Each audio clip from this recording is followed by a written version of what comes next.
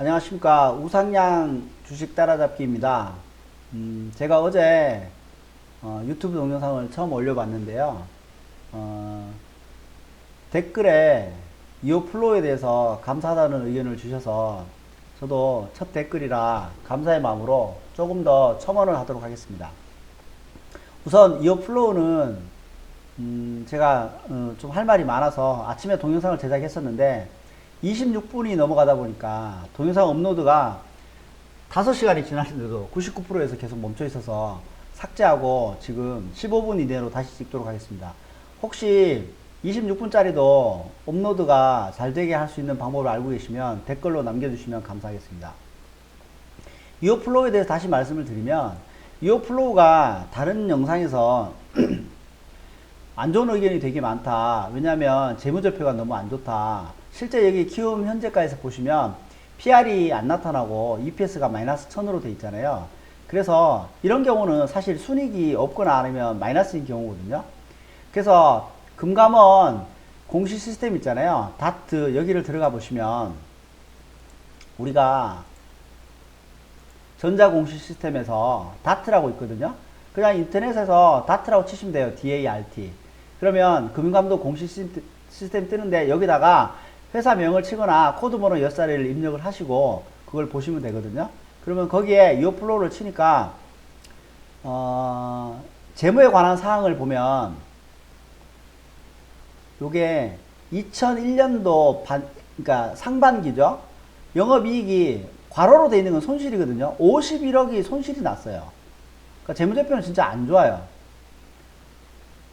그런데 비슷한 예로 뭐 비슷하다고 딱히 말할 수는 없겠지만 보는 사람에 따라서 뭐 그게 뭐가 비슷하냐 이렇게 말씀하실 수도 있는데, 매드팩토라는 또 다른 바이오 종목이 있거든요. 얘가 되게 많이 올랐어요. 매드팩토가. 자 보시면 이게 2019년 12월 19일이고 제가 20일 거래를 했었거든요. 근데 이 종목이 그때 대비해서 한 8, 9배 올랐어요. 근데 얘도 보세요. PR 안 나오죠? EPS 마이너스 783원이에요. 근데 시가총액 2조 4,500억이에요. 그리고 금융감독원 공시 시스템에 들어가 보면 매드팩토 요약 재무 대모 있죠? 얘는 100만원이니까 자 2010년 반기 말이잖아요. 영업이익 101억 마이너스예요. 그러니까 재무제표만 보면 결론적으로 바이오주는 투자하기 굉장히 힘들다는 거죠. 그럼 뭘 보고 해야 되느냐? 제가 신규 등록주는 진짜 20년 이상 봐왔는데 정말 거의 다 봤거든요. 추세가 어떻게 되는지.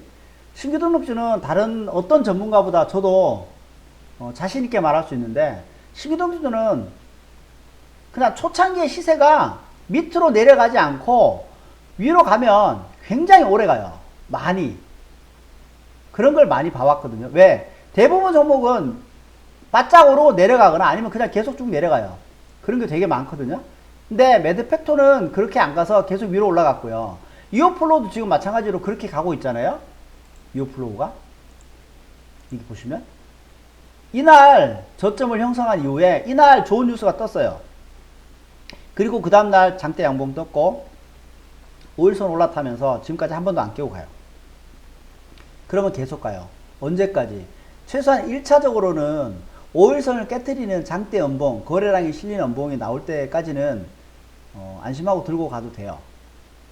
근데 그런 현상이 장대 연봉이 5일선을 깨는 거래량이 터지는 때가 오면 1차적으로 좀 긴장을 하고, 저 같으면 그런 경우는 이제 일단 다 팔고 밑에서 다시 추세가 살아날 때 잡거나 아니면 5일선을 다시 타면, 꼭 5일선이 정확한 기준은 아니지만 일단 추세가 살아나는 분위기가 됐을 때 좀 더 비싼 가격에 다시 사도 돼요.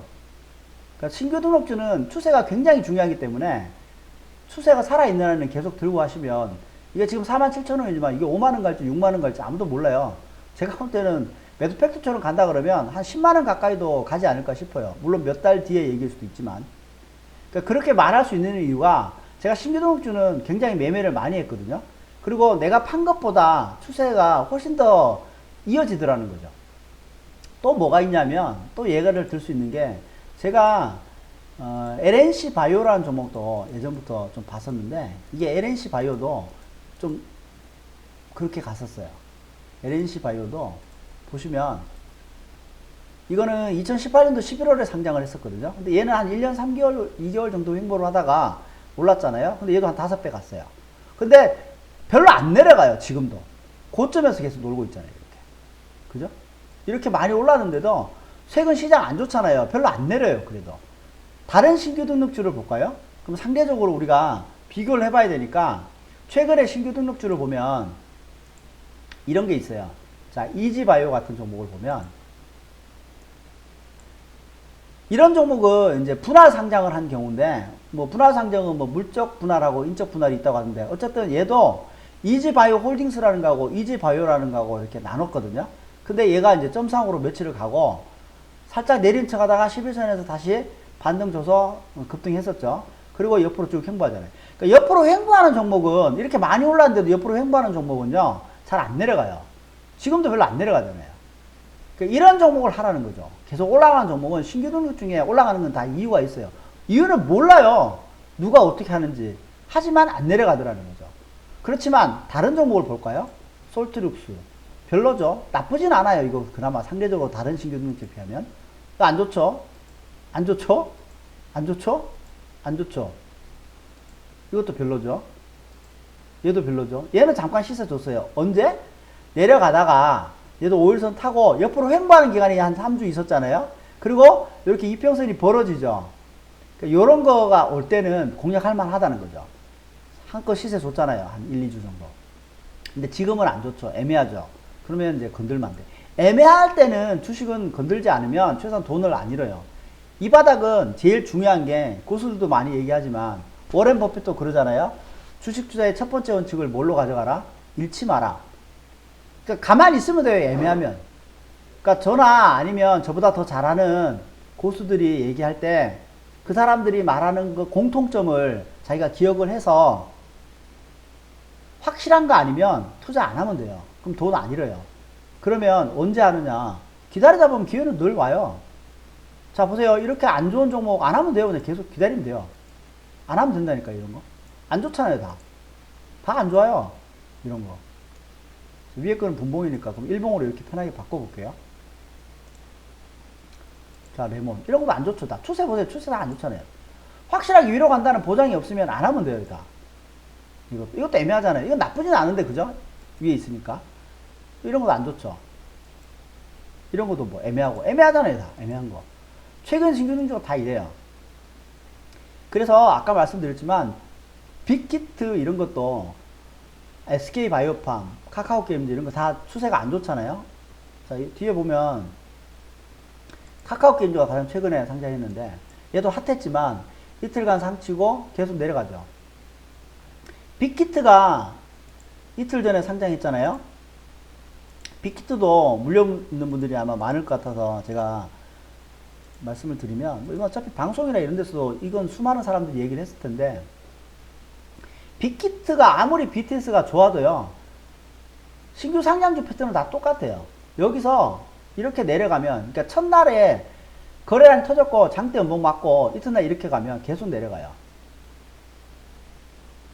그리고 지금 생각이 하나 더 난 게 있는데, 제가 사실 예전에 한 20년 가까이, 한 10몇 년 전에 예전에 그것도 기억이 나는데, 예전에 LG카드라고 상장한 게 있었거든요. 그거 뭐 오래되신 분들은 알겠지만 주식 투자 경력이 한 20년 안 된 분들은 잘 모를 거예요. 근데 제가 그때 그 회사를 다니고 있었는데 그 회사에서 저희 팀에 우리 사주를 받았거든요. 근데 그게 이렇게 갔어요. 그러니까 저는 이제 회사 직원이니까 신규 상장주 패턴을 그전부터 계속 관심을 갖고 연구를 하고 있었고 알고 있었거든요. 근데 그럼에도 불구하고 내 회사 주식이니까 그 회사 주식을 사주를 받았는데 주변 동료들이 그때 첫날 상장 시가가 아마 10만 6천 원인가 그랬을 텐데 정확하게 기억이 안 나는데 사람들이 다 20만 원 간다 그랬어요. 회사에 다 예사심이 있고 아무 문제가 없는 걸로 생각을 하고 있으니까. 물론 저도 그랬고. 그랬는데 첫날 이런 식으로 갖고 하한가를 들어갔거든요. 그래서 제가 고민을 많이 했는 게, 내가 아는 주식은 신규 등록주는 내려가면 일단 계속 내려갈 확률이 매우 높다. 근데 우리 회사는 괜찮다. 그럼 어떻게 해야 되냐. 그래서 제가 아는 경험을 일단 따르기로 했어요. 그래서 둘째 날 시가에 바로 던졌거든요. 그게 79,800원이었어요. 이런 식으로 시가에 약간 떨어져서 시작했거든요. 그리고 그날 또 한가 들어갔어요. 그리고 그 다음날 또 한가 들어갔어요. 그리고 계속 내려갔어요. 어디까지 내려갔을까요? 감자 2번 했어요. 감자랑 뭐냐? 이게 주식을 내가 100주를 갖고 있으면 그때 100대1 감자를 2번 했던 걸로 기억하는데 100주 있는데 너 한 주 갖고 있는 걸로 하자. 그래서 제가 그러니까 1년보다 더 전에 사주 받은 것은 79,800원에 팔아서 이익을 챙겼지만 그 신규 상장하기 한 달 전인가에 받은 거는 보호 예수 기간이 1년인가 있었기 때문에 못 팔았어요. 그게 한 2,500만 원 정도 됐던 것 같은데 그게 나중에 감자 2번 하니까 계좌 잔액이 거의 0이었어요. 그런데 그로부터 한 1년 정도 뒤에도 그 유상증자를 또 몇 번 했거든요. 사주도 몇 번, 한두 번인가 두세 번 더 받고. 그랬을 때 제가 팀을 옮겼는데 거기에 있는 팀장님도 이제 경영에 대해서 팀장급이니까 잘 알 거 아닙니까? 그래서 기존에 사주가 몰려 있음에도 불구하고 계속 샀어요. 물량을 더 주니까 이제. 그래서 그때 우스갯소리로 자기는 만주 클럽에 가입했다고. 만주까지 사모았거든요. 그리고 막 직원들한테 이거 다시 올라가면 내가 얼마에 뭐 어떻게 할 거다 뭐 이런 얘기를 굉장히 자랑스럽게 했어요. 근데 어떻게 됐는 줄 아세요? 나중에 상장 거의 폐지되듯이 했고 그 사람 이제 그분은 그 뒤에 아무 말 안 하더라고요. 그 뭐 몇 억 날렸죠. 지금은 그거 아는 사람 거의 없을 거예요. 그러니까 아무리 좋은 회사라도 필요 없다는 거죠. 신규 상장주가 내려가기 시작하면. 추세를 돌리기 전까지는 필요 없어요. 이게 지금 시가총액이 여기 보시면 6조 7,862억이잖아요. 이게 5조, 4조 안 간다는 보장도 없고요. 모른다고요, 바닥을. 그러니까 빅히트를 갖고 계신 분들은 일단 무조건 파는 게 안전하지 않을까 싶어요. 그리고 시간외에서 지금 얘가 195,500원에 마감을 했잖아요. 그러면 월요일날 시가가 이거보다 더 내려갈 가능성이 있겠죠. 그래도 던지면 안 돼요. 그러니까 안 던지면 안 돼요. 왜냐? 내가 여기서 195,500원을 던져서 다시 올라가잖아요. 그래서 20만원 넘어가면 마음이 아프겠죠. 근데요, 그 5,000원은 저 그랬어요. 79,800원에 사주 팔 때 85,000원 돌파하면 다시 사겠다. 그러니까 더 비싸게 살 생각을 해야 돼요. 그러면 주식은 안 잃어요. 오히려 더. 6,000원 더 비싸게 사면 되잖아요. 195,500원에 손절하고 20만원 넘어갈 때 빅히트 다시 사시면 돼요. 그거 3, 4% 덜 먹는 거 아까워가지고 바닥 잡으려고 하다가 20%, 30%, 50% 손해보고 영원히 헤어나지 못할 수 있거든요. 그러니까 신규 등록주는 제가 말한 거에 대해서 다르게 생각하신 경험이 많으신 분들은 아마 거의 없다고 생각을 해요. 그러니까 신규 등록주는 추세가 일단 하향으로 잡은 거는 무조건 나오시고요. 추세가 위로 가고 있는 제가 말씀드린 그런 종목들 있죠. 그런 종목들은 길게 들고 가세요. 그러면 생각보다 많이 먹어요. 오늘 영상은 여기까지 하겠습니다. 감사합니다.